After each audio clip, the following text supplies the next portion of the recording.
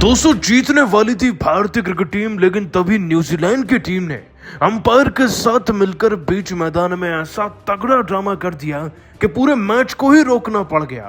कैसे न्यूजीलैंड ने बेईमानी से मैच को रुकवाकर 5वें दिन में शिफ्ट कर डाला। आपको दोस्तों एक चौंकाने वाला वीडियो दिखाएंगे जिसे देखकर ना रोहित और कोहली का भी खून खौल उठा है। लेकिन उससे पहले आप सभी को क्या लगता है, भारत और न्यूजीलैंड में से अब इस मैच को कौन जीत सकता है? ज्यादा नीचे कमेंट कर जरूर बताइएगा। दोस्तों न्यूजीलैंड के खिलाफ भारतीय बल्लेबाजों ने धावा बोलते हुए चौथे दिन में मैच को अपनी तरफ करा, लेकिन अंतिम लम्हों में न्यूजीलैंड की टीम ने बेईमानी से मैच को अपनी तरफ अब कर लिया है। दरअसल दोस्तों न्यूजीलैंड के 402 रन के जवाब में सेकंड इनिंग्स में जब हमारी बैटिंग आई ना, तब दोस्तों भारतीय क्रिकेट टीम की तरफ से एक 150 रन की पारी आई। 70 रन की इनिंग कोहली बनाकर गए और 99 रन पंत भी लगाकर गए, जिससे कि टोटल बना 482। अफसोस इस बात का कि दोस्तों लीड उतारने के बावजूद भी हम बहुत ज्यादा बड़ा टोटल दे नहीं पाए थे।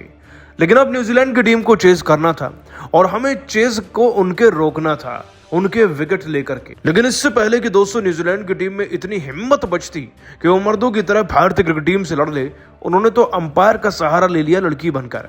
जी हाँ दोस्तों, आपको सुनने में अटपटा जरूर लग रहा होगा, लेकिन भारत के 107 के टारगेट को पूरा करने के लिए टॉम लैथम और डेवॉन कॉनवे मैदान में आ चुके हैं। और मैच जैसे ही शुरू हुआ वैसे ही भारतीय गेंदबाजों का तगड़ा तांडव भी शुरू हुआ है। दोस्तों ये भारतीय क्रिकेट टीम है, ये मुकाबले जीतना ऐसे मोड़ से भी जानती है। और बुमराह को नई गेंद थमाने के बाद रोहित शर्मा ने एक बात तो साफ कर दी थी कि स्विंग भी मिलेगा, मूव भी मिलेगा, विकेट निकाल के दो बस। इसके बाद इस ओवर की तीसरी गेंद पर वो टॉम लैथम को लगभग आउट कर ही देते हैं। दोस्तों टॉम लैथम उस बॉल से इतना घबरा जाते हैं कि वो उसी गेंद पर अंपायर की तरफ इशारा करते हैं, ये कहते हुए कि मैच को रोको, मैच को रोको। लेकिन दोस्तों अगली गेंद डाली जाती है और फिर तो बहुत ज्यादा हद ही हो जाती है। न्यूजीलैंड के दोनों बल्लेबाज समूह बनाकर जाते हैं अंपायर्स के पास और ये बातचीत करने लगते हैं कि अब वक्त हो गया है और रोशनी भी खराब है, जिसके चलते मैच को रोका जाना चाहिए। विकेट गिरने का डर दोस्तों टॉम लैथम और साथ ही साथ डेवॉन कॉनवे के मन में इतना ज्यादा बैठ गया था बुमराह की रफ्तार को देखकर कि वो मैदान छोड़कर भागना चाहते थे और खराब रोशनी को तो बस एक हवाला दिया गया। लेकिन असली बात तो यही थी कि न्यूजीलैंड की टीम अब डर रही थी कि उनके विकेट्स न गिर जाएं, जिसके चलते दोस्तों अंपायर ने 5-7 मिनट मैच को रोका। और दोस्तों वैसे भी चेन्नई के मैदान के आसपास बादल तो खूब मंडरा ही रहे हैं, जिसके चलते मैच को रोका जाने का अंपायर्स को भी एक मौका मिल गया। मैच को वहीं रोक दिया गया। 5-10 मिनट वेस्ट हो गए। रोहित शर्मा अंपायर्स की तरफ देखकर ये कह रहे थे कि अंपायर जी लाइट तो है, मैच कराइए। लेकिन इसके बावजूद भी दोस्तों मैच शुरू नहीं हुआ और अंपायर ने फिर अपनी मनमानी चला करना भारतीय क्रिकेट टीम को मैदान से बाहर जाने के लिए कह दिया और न्यूजीलैंड के खिलाड़ियों को भी, और मैच को खराब रोशनी के चलते रोक दिया। हालांकि दोस्तों विराट और रोहित इस फैसले से बहुत ज्यादा गुस्सा थे, जो कि सही भी है, क्योंकि दोस्तों भारतीय क्रिकेट टीम तो खेलना चाहती थी, लेकिन ये न्यूजीलैंड की बेईमानी भरी निगाहें थी जो अंपायर्स को अपनी तरफ करा गई। हालांकि दोस्तों एक भी विकेट नहीं गिरा और अब न्यूजीलैंड की टीम को 107 रन ही चाहिए। आप सभी का क्या मानना है? अब जब यह मुकाबला 5वें दिन में शुरू होगा तो कौन जीतेगा, इसे भारत या न्यूजीलैंड? नीचे कमेंट जरूर कीजिएगा और सब्सक्राइब कीजिए हमारे चैनल को। धन्यवाद। टीम इंडिया की तगड़ी वापसी करवाते हुए सरफराज ने ठोका शतक तो पंत ने उड़ाकर रख दी न्यूजीलैंड के गेंदबाजों की धज्जियां। तो पूरी दुनिया में हाहाकार मच चुका है। जहां एक तरफ सचिन से लेकर पॉन्टिंग भी इन दोनों बल्लेबाजों को सलाम कर रहे हैं, तो वहीं शोएब अख्तर से लेकर ब्रेंडन मैकलम की भी आंखें फटी की फटी रह गई। वहीं धोनी ने तो जो कहा वो सुनकर बिना कहीं भी मत जाइएगा। तो सरफराज की घातक सेंचुरी, पंत की बैटिंग पर क्या कुछ कहा इन दुनिया भर के दिग्गजों ने, उन सबके बयान तो हम आपको दिखाएंगे। लेकिन उससे पहले यदि आप भी पंत और सरफराज के फैन हैं तो हमारे इस वीडियो को दिल से एक लाइक और चैनल को सब्सक्राइब करना बिल्कुल भी ना भूलें। दोस्तों सरफराज खान ये नाम नहीं बल्कि एक ऐसा तूफान बन चुका है जिसने न्यूजीलैंड जैसी खतरनाक टीम के गेंदबाजों को सूखे पत्तों की तरह उड़ा दिया और बेंगलोर के मैदान पर अब अपनी छाप छोड़ गए। जी हां, न्यूजीलैंड के खिलाफ पहले टेस्ट मैच की तीसरी पारी में जब टीम इंडिया मुसीबत में थी, कप्तान रोहित भी 52 रन बनाकर पवेलियन लौट गए थे। तब सरफराज खान मैदान में आते ही दूसरी तरफ खड़े थे विराट कोहली। जरूरत थी एक बहुत बड़ी पार्टनरशिप की। उस समय सरफराज खान अपने बल्ले से ऐसा चमत्कार दिखाते कि टीम इंडिया 100 नहीं 150 नहीं बल्कि सीधा 200 रन के पार ले जाते। किंग कोहली से कंधे से कंधा मिलाते हुए इस खिलाड़ी ने शानदार अर्धशतक ठोक दिया। विराट कोहली के साथ मिलकर उन्होंने 150 रनों से भी अधिक की दमदार साझेदारी की और उसी के चलते टीम इंडिया न केवल इस मैच में वापसी कर पाई बल्कि भारत की जीत की उम्मीदें भी जिंदा हो गई। हालांकि विराट के आउट होने के बाद भी सरफराज खान नाबाद थे और जब चौथे दिन मैदान में वो उतरे तब उन्होंने न्यूजीलैंड के गेंदबाजों की बेदर्दी से कुटाई करते हुए टेस्ट मैच को T20 बना दिया और देखते ही देखते चौके छक्कों की आंधी लाते हुए न केवल उन्होंने पंत के साथ 50 रन की साझेदारी केवल 50 गेंद में भीतर पूरी कर ली, बल्कि अपना शानदार शतक ठोककर इतिहास के पन्नों में अपना नाम सुनहरे अक्षरों में लिखवा लिया था। जहां सुबह सुबह ही इन दोनों सुपरस्टार्स ने न्यूजीलैंड की कब्र खोद डाली और टीम इंडिया को इतने बड़े स्कोर तक पहुंचा दिया कि न्यूजीलैंड की 376 रनों की लीड भी बौना बनकर रह गई। तभी तो उनकी खूंखार बल्लेबाजी ने पूरी दुनिया भर के दिग्गजों का दिल जीत लिया है। सबसे पहले तो God of cricket Sachin Tendulkar का कहना है कि बो डाउन टू सरफराज खान, जिस मैच्योरिटी, समझदारी और इंटेंट से सरफराज ने इस मैच में बैटिंग की है, ये दिखाता है कि सरफराज बहुत लंबी रेस के घोड़े हैं। जिस टीम में रोहित शर्मा, विराट कोहली, यशस्वी पंत और जैसे खिलाड़ी ऐसे हों, वहां सरफराज जाकर सेंचुरी मार देते हैं, तो आप समझ सकते हैं ये कितने अनमोल हीरे हैं। सच में यदि सरफराज यहाँ नहीं होते तो शायद हमारी टीम इस मैच में वापस नहीं आ पाती। थैंक यू सरफराज और बहुत बहुत बधाई हो आपको इस सेंचुरी के लिए।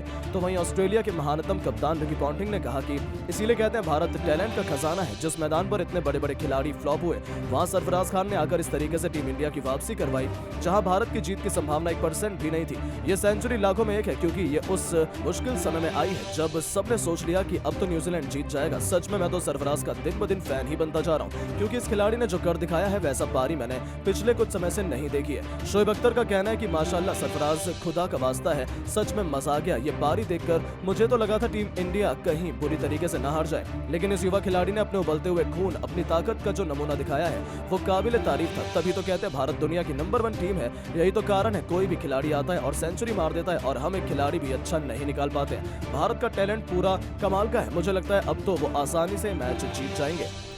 तो वहीं दोस्तों महेंद्र सिंह धोनी ने तो यहाँ तक कह दिया कि सरफराज खान को जितना थैंक यू बोला जाए उतना कम है। टैलेंट तो हमेशा से उनमें था और अब उन्होंने मुश्किल परिस्थितियों में अपना टैलेंट साबित कर दिया है कि वो फ्यूचर के बहुत बड़े सुपरस्टार बनने वाले हैं। पूरा देश इस समय उन्हें थैंक यू बोलना चाहेगा। आपको इस सेंचुरी की बहुत बहुत बधाई हो सरफराज। मुझे पूरा भरोसा है कि ये तो केवल शुरुआत है, अभी तो ऐसी भी न जाने कितनी पारियां बाकी हैं। अब तो हमें जीतने से कोई नहीं रोक सकता।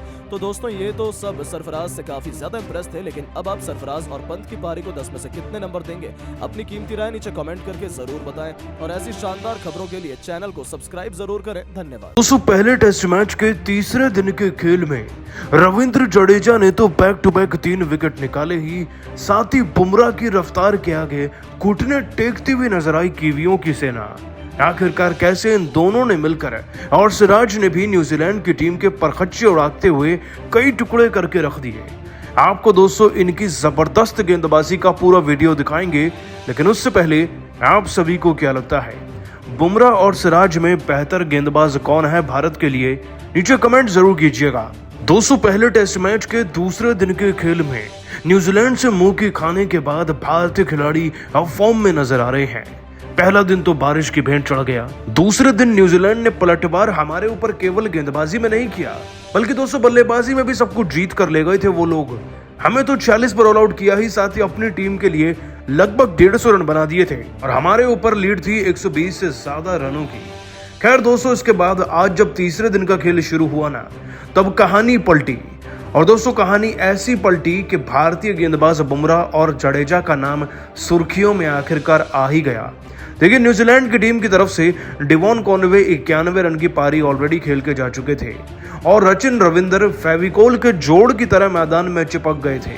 अब भले ही वो बल्लेबाजी करे, लेकिन दूसरे छोर से विकेट चटकाने जरूर थे। और दोस्तों इसीलिए भारतीय क्रिकेट टीम को सबसे पहली सफलता सिराज ने दिलाई थी डेरिल मिशेल का विकेट लेकर। लेकिन टॉम ब्लंडेल, ग्लेन फिलिप्स और मैट हेनरी, इन सबको भी हल्के में नहीं लिया जा सकता था। और दोस्तों इन तीनों तिगड़ी को आज ताश के पत्तों की तरह बिखेर कर रखा बुमराह और रविंद्र जडेजा की जोड़ी ने। दोस्तों अगला शिकार था टॉम ब्लंडेल का। बुमराह अपनी रफ्तार से इन्हें चकित करते हुए पारी के 58वें ओवर की चौथी गेंद पर एक ऐसी इन स्विंगर गेंद डालते हैं कि गेंद इनके हाथ में लगकर सीधा पास खड़े राहुल के हाथों में जाती है। दोस्तों टॉम ब्लंडेल कैच आउट तो हो जाते हैं, लेकिन अभी भी कुछ विकेट मिलने बाकी थे। फिर भी बुमराह ने इतने बड़े सेटबैक से भारतीय क्रिकेट टीम का कमबैक तो कुछ ना कुछ हद तक कराया ही था। लेकिन ग्लेन फिलिप्स जैसे खतरनाक खिलाड़ी को क्लीन बोल्ड कर देंगे रविंद्र जडेजा, वो भी आने वाले 2 ओवर के अंदर किसने सोचा था। 63वें ओवर की बात है। दोस्तों रविंद्र जडेजा को बुलाया जाता है। अपनी धीमी गति की एक गुगली गेंद का इस्तेमाल करते हुए जडेजा ग्लेन फिलिप्स को पूरी तरीके से ब्लफ करते हैं। गेंद विकेट में घुस जाती है और ये 14 रन पर क्लीन बोल्ड हो जाते हैं। इसके बाद दोस्तों मैट हेनरी की बात करें तो वो भी 65वें ओवर में ही, यानी कि जडेजा के अगले ही ओवर में मात्र 8 रन पर क्लीन बोल्ड होते हैं। जिससे कि दोस्तों ये टीम अब अपने 233 पर 7 विकेट गंवा देती है। दोस्तों कहां न्यूजीलैंड के 193 पर 4 थे और मात्र 30-40 रन के अंतर के बाद 233 पर 7 विकेट हो गए। इसका पूरा श्रेय बुमराह और जडेजा